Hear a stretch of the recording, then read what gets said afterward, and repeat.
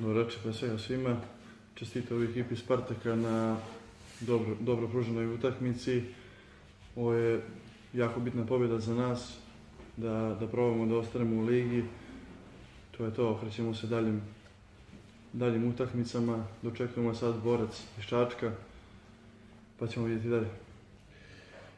Htio bih prvo se zahvalim da čestitam ekipi Spartaka na fer i korektnoj igri, mom kolegi Ljubi Vidačiću, treneru, koji izvlači od ovih momaka maksimalno što može u ovom trenutku.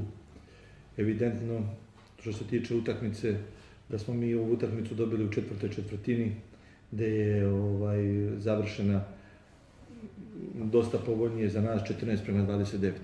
Neke šuteve u zadnjih 4-5 minuta, 3 smo pogodili, što u nekim utakmicama do sad nismo pogađali.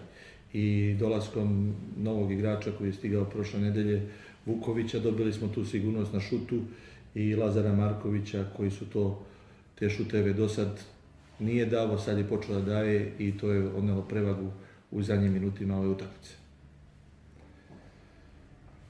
Ostaje da radimo, spremamo se dalje, pokušavamo da ne budemo zadnji u ovoj KLS ligi.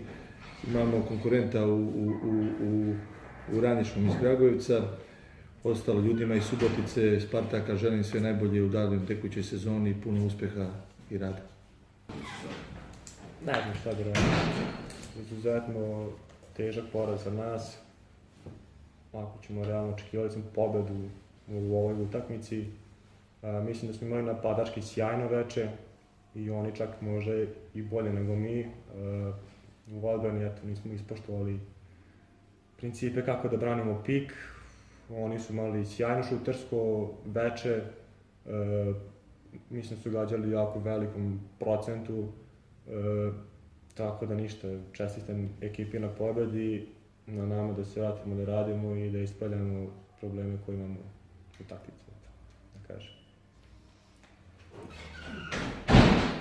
Čestitam ekipi Sloge na pobedi. Bili su hrabri tokom svih 40 minuta.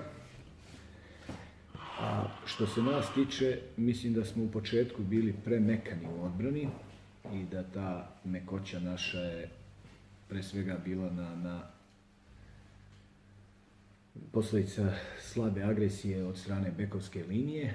Oni su se razigrali, ja mislim da su u prvih 5 napada odmah pogodili 3 ili 4 trojke i to različiti igrači, tako da je to posle proizvelo jednu širinu kod Sloge koju mi, čini mi se, osim u jednom periodu treće četvrtine nismo uspjeli da iskontrolišemo. Dobar napad nas je držao u utakmici, čak smo imali prednost, čini mi se, najveću i 10 poena. Međutim, nekorišćenje prilike da iskoristimo faul, a ne da primimo trojku u posljednjim sekundama 2 puta na kraju četvrtina, pogotovo ova na kraju treće četvrtine, pa početak četvrte odmah počne sa novom trojkom.